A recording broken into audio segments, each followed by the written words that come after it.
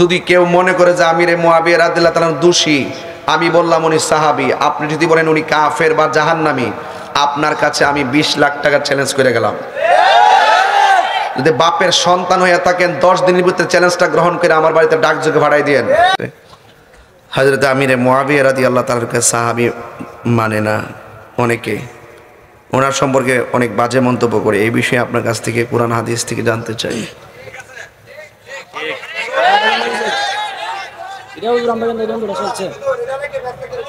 কোনো ফ্যাস নাই, কোনো ফ্যাস নাই।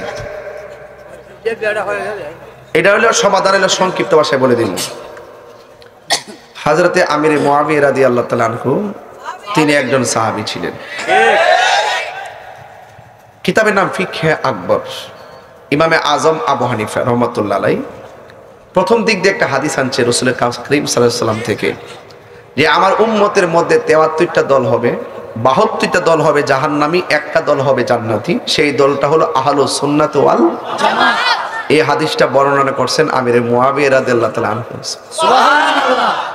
বুঝছেন? কিন্তু মোল্লাগিরি থাকবো নি, জিডার পেপারে সুন্নিগিরি করেন। এই হাদিসটা বর্ণনা করছে আমিরে মুআবিয়া রাদিয়াল্লাহু তাআলা আনহু। আরেকটা হাদিস বলি, ইন্নামা আনা কাসিম ওয়াল্লাহু ইউতি। আল্লাহর রাসূল বলছেন আল্লাহ আমাকে দেয়, আমি নবী বন্টন করি। এই হাদিসটা রিওয়ায়াত করেছেন হযরত আমিরে মুআবিয়া রাদিয়াল্লাহু তাআলা আনহু। সিয়াসিত্তার ভিতরে 163টা হাদিস তিনি হযরত আমিরে মুআবিয়া রাদিয়াল্লাহু তাআলা থেকে বর্ণিত, এগুলো ইমামগণ এনেছেন। তো আপনি যদি একটা সিফিনের যুদ্ধ দিয়ে হযরত আমিরে মুআবিয়া রাদিয়াল্লাহু তাআলাকে মারতে চান, তাহলে আপনি দেখেন তো কত দিক দিয়ে আঘাত লাগে। কারণ সিফিনের যুদ্ধটা ছিল ইজতিহাদি খাতা, বুঝের ভুল। হযরত মৌলা আলী রাদিয়াল্লাহু তাআলা আনহুর ইজতিহাদটা ছিল সঠিক, আর আমিরে মুআবিয়া রাদিয়াল্লাহু তাআলার ইজতিহাদটা ছিল ভুল। কথা কোন ঠিক কিনা? আর প্রত্যেক সাহাবায়ে কেরাম মুজতাহিদ ছিলেন। মুজতাহিদরা যদি ভুল করে একটা সওয়াব পায়, যদি সঠিক হয় 2টা সওয়াব পায়, কিন্তু তাদেরকে ভুল ধরার ক্ষমতা আমাদের নেই। এরপর আসেন সাহাবায়ে কেরামদেরকে গালাগালি করা যাবে না। হযরত আমিরে মুআবিয়া রাদিয়াল্লাহু তাআলা আনহু তিনি একজন সাহাবী ছিলেন, তিনি আমার নবীর শ্যালক ছিলেন। আমির মুআবিয়া রাদিয়াল্লাহু তাআলার বোনকে আমার রাসূল বিয়ে করেছেন। সুবহানাল্লাহ। আপনি কি বুঝতেছেন? আপনি বুঝেননি কোথায় যায়। রাসূল বলছেন সামুদ্রিক যুদ্ধে যারা অংশগ্রহণ করবে তারা জান্নাতি। হযরত আমিরে মুআবিয়া রাদিয়াল্লাহু তাআলার নেতৃত্বে সেই সামুদ্রিক যুদ্ধ সংগঠিত হয়েছিল। সুবহানাল্লাহ। আপনি বুঝেননি কোথায় যায়। রাসূল সাল্লাল্লাহু আলাইহি ওয়াসাল্লাম নিজের হাতের তরবারি হযরত আমিরে মুআবিয়া রাদিয়াল্লাহু তাআলাকে দিলেন এবং বললেন যে এই তরবারি যার হাতে থাকবে সে জান্নাতি। যেরকম সুবহানাল্লাহ। আর এই তরবারি ছিল হযরত আমিরে মুআবিয়া রাদিয়াল্লাহু তাআলার হাতে। তা আপনি এক সিফিন দিয়ে যদি আমিরে মুআবিয়া রাদিয়াল্লাহু তাআলার দোষ ধরতে চান, এজিদের বাবা হিসাবে যদি আপনি দোষ ধরতে চান, তাহলে আমার নবীর ভবিষ্যৎবাণী সিয়াসিত্তার 163টা হাদিস, ইমামে আজম আবু হানিফা এবং 4 মাযহাবের 4 ইমাম, মাযহাবের ইমাম, তরিকতের ইমাম বলতে আর কিচ্ছু থাকে না। এইরকম সমস্যা 1500 বছর আগে সৃষ্টি হওয়ার পরে সকল কিছুর জাজমেন্ট করে ইমামগণ একটা রায় দিয়ে গেছেন রাসূল পাকের একাধিক হাদিস মোবারকের উপর ডিপেন্ড করে। এই জন্য যেটা মীমাংসিত বিষয় সেটাকে টেনে এনে যদি আপনারা এখন বিভাজন সৃষ্টি করতে চান, তার মানে বুঝতে হবে ডাল মে কুচ কালা হ্যায়। এরা শুধু আমিরে মুআবিয়া রাদিয়াল্লাহু তাআলার বিরোধিতা করে না, এরা আম্মা জান আয়েশা সিদ্দিকার বিরোধিতা করে, এরা উসমান যুন্নুরাইনের বিরোধিতা করে, এরা সব 3 খলিফাকে বিরোধিতা করে। ওরা বলে রাসূল পাক সাল্লাল্লাহু আলাইহি ওয়াসাল্লামের পরে একমাত্র খেলাফতের যোগ্য আর প্রথম খলিফা হওয়ার যোগ্য ছিল হযরত মৌলা আলী। এটা বলে। আরে বোকারা, এটা যারা বলে আমি জানতাম চাই এক একজন সাহাবায়ে কেরাম এক একজনের পরে যে ক্ষমতায় আসছেন, খেলাফতের দায়িত্ব নিয়েছেন, সাহাবায়ে কেরামদের মধ্যে কোনো বিরোধ ছিল? তো তুমি কেন 1000 বছর পরে বিরোধ সৃষ্টি করতে চাও? আরে মৌলা আলী তো স্পেশাল, পাক পান্ডাতন আমাদের মাথার তাজ, এরা ঈমানের অবিচ্ছেদ্য অংশ। সকল সাহাবায়ে কেরামকে সম্মান করতে হবে। কথা বলেন ঠিক না বেটি? আপনি মাকে সম্মান করবেন। মার কথা বলছে কয়বার? 3 বার। মার কথা কয়বার বলছে? বাপের কথা বলছে কয়বার? একবার বলার কারণে কি তা বাপের বিরুদ্ধে আপনি অবস্থান নিতে পারবেন? তো এটা বুঝতে হইব। সাহাবায়ে কেরাম রাসূল করিম আন ইবনে উমর রাদিয়াল্লাহু তাআলা আনহু قال রাসূলুল্লাহ সাল্লাল্লাহু আলাইহি ওয়াসাল্লাম ইযা রাআইতুমুল লাযিনা ইয়াসুবুনা আসহাবি ফাকুলু লানাতুল্লাহি আলা শারিকুম। রাসূল করিম সাল্লাল্লাহু আলাইহি ওয়াসাল্লাম বলেছেন, যখন তোমরা দেখবে কেউ সাহাবায়ে কেরামদেরকে গালি দেয়, তখন তোমরা সবাই মিলে ওই ব্যক্তি ব্যক্তির উপরে লানত দিবা তার তার কর্মের কারণে। এই জন্য যারা সাহাবীকে গালি দেয় তাদের উপরে লানত, আল্লাহ লানত। কথা কোন ঠিক না বেটি? আমি যুগে যুগে দেখছি যারা এইভাবে সাহাবায়ে কেরামের বিরুদ্ধে গেছে আস্তে আস্তে তারা কি হয়েছে, বিলুপ্তি হয়ে গেছে। আর আহলুস সুন্নাত ওয়াল জামাত ছিল, আছে এবং থাকবে। আহলুস সুন্নাত ওয়াল জামাত কারা শুনেন? যারা মৌলা আলীকে মহব্বত করে, সাহাবায়ে কেরামকে মহব্বত করে, আহলে বায়াতকে মহব্বত করে, সকল সাহাবায়ে কেরামকে মহব্বত করে, তারা আহলুস সুন্নাত ওয়াল জামাত। যারা মৌলা আলীকে ভালোবেসে সাহাবায়ে কেরামের বিরোধিতা করে, যারা মৌলা আলীকে ভালোবাসে সাহাবায়ে কেরামের বিরোধিতা করে, তারা হইল শিয়া। আর যারা সাহাবায়ে কেরামের তারিফ করে কিন্তু মৌলা আলী রাদিয়াল্লাহু তাআলার বিরোধিতা করে, তারা হলো খারিজি। আমরা খারিজিও না, আমরা শিয়াও না, আমরা সুন্নি। আরো যদি কি আমরা কি সুন্নি? বোঝাতে পেরেছি? তো পণ্ডিতি করেন না, পণ্ডিতি করেন না। আপনারা যারা পণ্ডিতি করেন ওই বংশ, ওই বিভিন্ন ধরনের জেনারেল শিক্ষিত কিছু সুফি সাধক আছে, এটা বন্ড নাম্বার 2। এগুলো কি? এরা বলে নামাজ লাগে না, এরা বলে কি নামাজ লাগে না। এটা আমরা সমাজের মধ্যে ঢুকছি না, আমরা আজকে দল্লা মাইলে ধরছি না, একটু যাচাই বাছাই করতেছি দিককালি নাকি ভাই? কিছু লোক আছে না নামাজ লাগতো না, রোজা লাগতো না, আছে না? এগুলা আমরা কেন কিছু ঢুকছে ওই সুফি ভাব, সুফি ভাব আছে না? কারণ আমার মুরিদ হলে সব জান্নাতি, আমার মুরিদ একটা দুজকে যাইতো না। এই কথা বলার কোনো এখতিয়ার কি কোনো বান্দার আছে? কে জান্নাতি কে জাহান্নামী নির্ণয় করবেন কে? তো এইভাবে যে বলে যে আমার মুরিদ কোনোটা জান্নাত দুজকে যাবে না, সব জান্নাতে যাইব, এগুলা কথা কি ঠিক আছে? এগুলা দান্দাবাজি লাগানো। কি লাগা? দান্দা লাগা। আর দান্দা ওই যে নকল মাল তো চলে বেশি, কথা কোন বুঝেন না? তো এই জন্য কিছু কিছু জেনারেল লোক আছে যারা সুফি সাজে, আসলে সুফি না, সুফি নামে ভণ্ড। সুফি নামে কি ভণ্ড। এরা ওই বিভিন্ন ধরনের ছন্দ, বিভিন্ন ধরনের ইতিহাস, ওই বানোয়াট ইতিহাস, শিয়াদের বানানো ইতিহাসগুলো পড়ে পয়রা মৌলা আলীর নাম নিয়ে ফান্টাতনের দোহাই দেওয়ার পরে সাহাবায়ে কেরামের তলে তলে বিরোধ। আমি যেদিন দরুম রে, আমি তো জানেন না তোমার হাত ছত্রা, আমি কিন্তু ডাইরেক্ট বলছি, দেখ রে বাবা, যারা এটা ঠেলাঠেলি করতেছে এটা কিন্তু সবাই সুন্নি। আমি কইছি বাবা আমরা নিজেরা দ্বন্দ্ব করতাম না, আয়েন আপনারা আমরা বয়ে জায়গা বইয়া ওইলে আমারে বুঝাই নিবেন, নাইলে আপনি বুঝে আইবেন। এটার উপর আর কোনো সুন্দর কথা আছে? দ্বন্দ্বটা যখন নিজেরা তাহলে বেশি বাড়াবাড়ি করতাম না। আইন আমরা একসাথে বসি বাবা, বৈশাখ তার সমাধান করি। আপনারা যে দলিল নাচতেছেন মনে হয় যেন করে আপনারা একটা ফান্টাতনকে ভালোবাসেন, আহলে বাইতরে ভালোবাসেন, আমরা মনে হয় দেশে রোহিঙ্গা আইছি।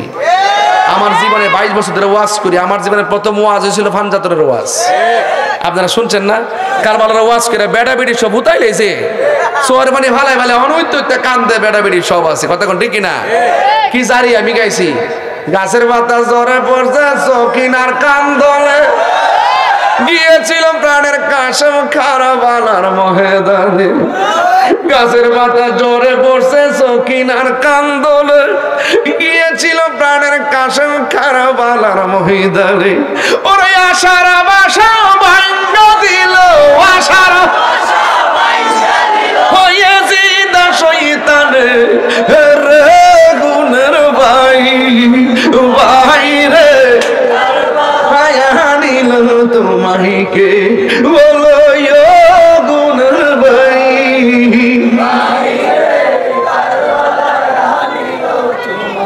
বুঝলে গেছেন গিয়া?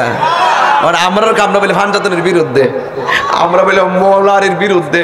ও টুনটুনিল জুতা দা বাইরান লাগেনি, জুতা দা বাইরান লাগেনি। সারা জীবন কত ওয়াজ করলাম ফান্টাতনের উপরে, তোমরা তো অঞ্চল ভিত্তিক খেদমত করো, আমরা জাতীয়ভাবে খেদমত করি। আমরা শূন্য শিখাইতে আইসো না। তবে আমরা যদি দৌড়ি সবারই ভাইয়ের তলে কিন্তু মাটি আছে। ইমান আকীদার প্রশ্নে কাউকে ছাড় দিব না। যারা তলে ইন্ধন দেন সোজা হয়ে যান গা। আমরা কাছে সব ডকুমেন্টস কিন্তু আছে। এজন্য যারা তলে দেন, যারা প্রকাশ্য একটু বেশি নামছে, আমরা তাদেরকে সম্মানের সাথে আহ্বান করছি। ইনশাল্লাহ এটা সমাধান হোক। আপনারা চান কি চান না?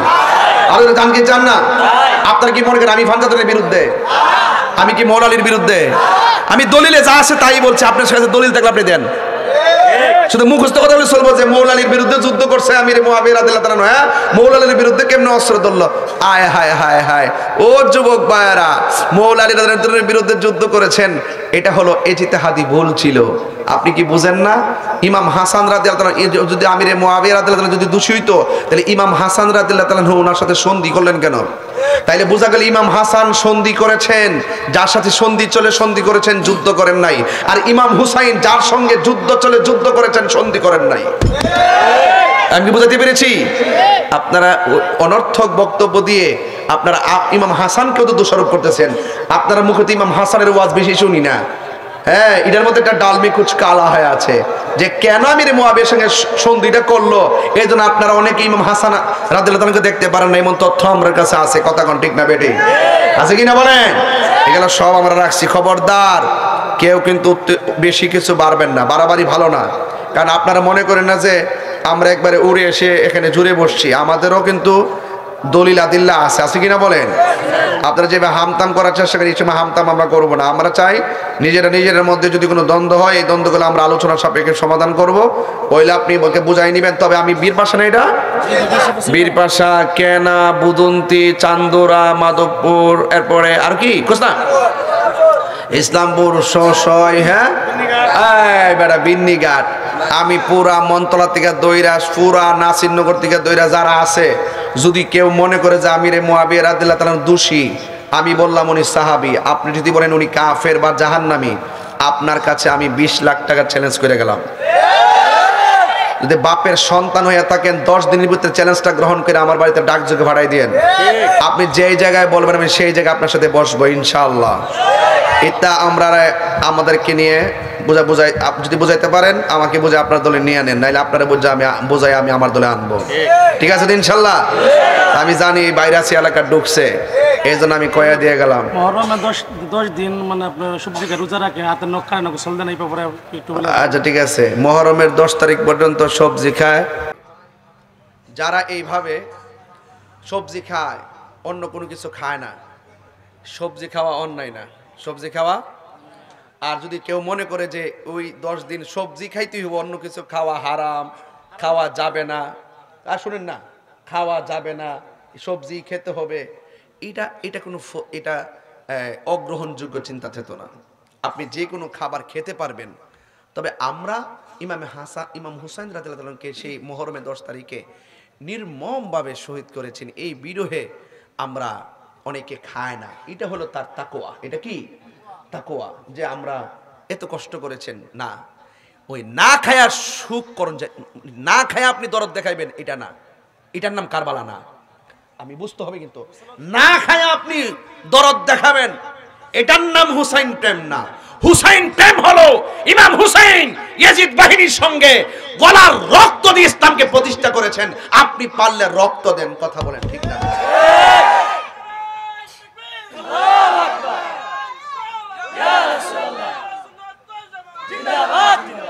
এটা কারবালার চেতনা বুঝতে হবে। আর অনেকে নখ কাটে না, নখের ভিতরে ময়লা ঢুকবে। ঠিক আছে, 10 দিন তো নখ না গেলে বেশি বড় হয় না, কিন্তু ওইটার জন্য কাটে না। যদি কেউ বলে যে এটা কাটা যাবে না, এটাই দলিল, তার দলিল মন গড়া। তার দলিলটা কি? মন গড়া, এটা দলিলে নাই। ঠিক আছে, আপনি যে সবজি খান যে আমি এটি খাম, অন্য কিছু খাওয়া যাবে না, এগুলো দলিলে নাই। কিন্তু আমরা খাই না, না খাই, এটা তো তার ব্যক্তিগত ব্যাপার। আপনি সবজি দেখাইলেও যাইব দিন, ভর্তা দেখাইলেও খাইতে পারেন না, খাওয়া দাওয়া নিয়ে কোনো ইয়া নাই। ঠিক না? যদি কেউ এটা শরীয়তের দলিল বানায়, তৈলে এখানে একটা ব্যাপার আছে, এখানে ফরজ ওয়াজিব সুন্নত বানান যাইতো না। আপনি তো নিজে কোনো শরীয়ত বানাইতে পারবেন না। ঠিক আছে কিনা বলেন? এগুলো আপনাকে মনে রাখতে হবে। বুঝাতে পেরেছি?